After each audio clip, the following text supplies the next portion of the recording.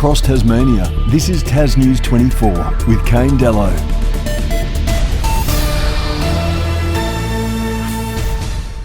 Hello and welcome to the program. We will start the week in review with the continuing story of a trapped miner on the state's west coast.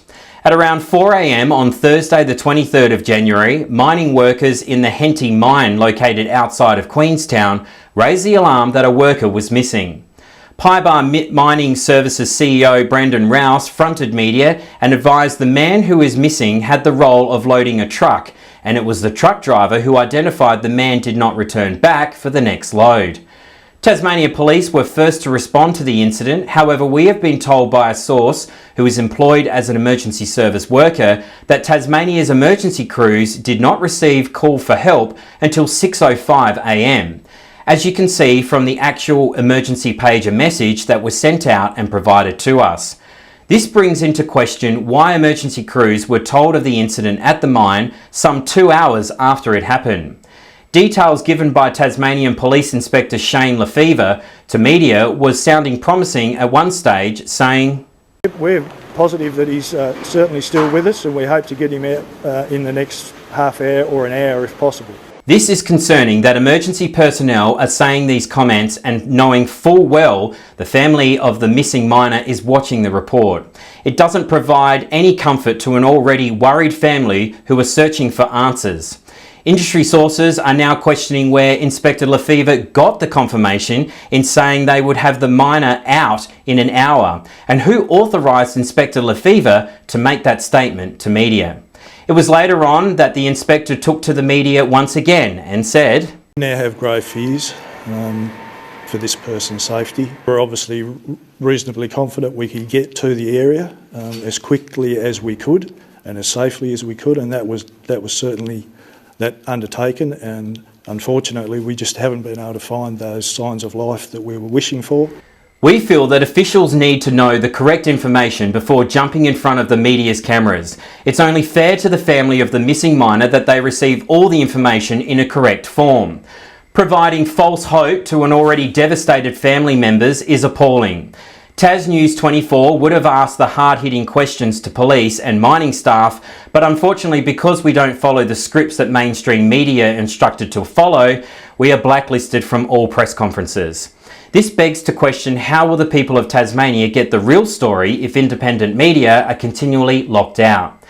Normally, it's here I would show you vision from the press conference, but the inspector from Tasmania Police, Shane Lefevre, excluded our cameras from the conference, which included the CEO of Pybar Mining Services, Brendan Rouse, and the Mayor of West Coast Region, Phil Vickers. Later on in the day, Tasmania Police contacted us and advised us to stop being a menace, but we are far from being a menace. You see, we travelled from Launceston to Queenstown to simply report on the facts on the developing story that was unfolding, and to have Tasmania Police exert their authority towards us is simply deplorable. Independent media have the same right to report on events that shape and affect our community, and to have Tasmania Police continually shut us out of press conferences, public meetings and anything that mainstream media can attend is unacceptable. We have now lodged a formal complaint with authorities to have the matter investigated. Here is what we can tell you. At this stage, at around 4 a.m, workers reported the man missing after they could not make contact with him. The man is at a lower depth of the mine and it normally takes 20 minutes to descend. The three men found a section of the mine had collapsed and went to the surface to raise the alarm. At 6:05, an emergency pager message went out to emergency service crews to attend the mine incident. Tasmania Police arrived on the scene and immediately took control of the incident, providing security at the Henty mine gates, taking control of media reports and providing interviews for the media. We are still yet to hear from the operations team leader of the mining firm. Now that is the person in charge of what happens minute by minute down in the mine area and who is tasked to give directions to rescue workers. Tasmania Police released information to the media and said they hold grave fears for the man and finding him alive. The Henty gold mine has suspended operations while the search of the miner continues. Of course, we will bring you any updates when they come to hand. Our thoughts and prayers and positive energy are with the family of the miner. We hope that he will be rescued soon. Well, Tasmania now has a new Premier. Peter Gutwein is now the leader of the state and comes from the northern end of Tasmania. Michael Ferguson pulled out of the voting lineup before a Liberal vote.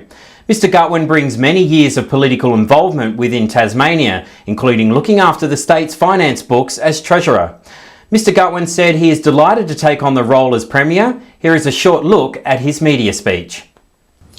I'm honoured and privileged that they have put their trust in me along with my good friend and colleague, Jeremy Rockcliffe. I'll work hard to ensure that I continue the excellent work of my predecessor, Will Hodgman. We will continue to implement the government's long-term plan to make Tasmania an even better place to live and for people to raise families. I want to thank Michael and Elise for putting forward an alternative leadership team in the way they have conducted themselves throughout.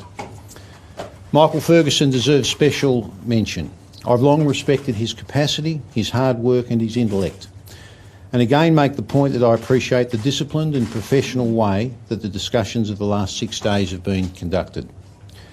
This process needed to take its course, and as a political party we make no apologies for that. No doubt Mr Gutwein will do well for our growing state, and we wish him the best. Now we'll look at the state's weather forecast.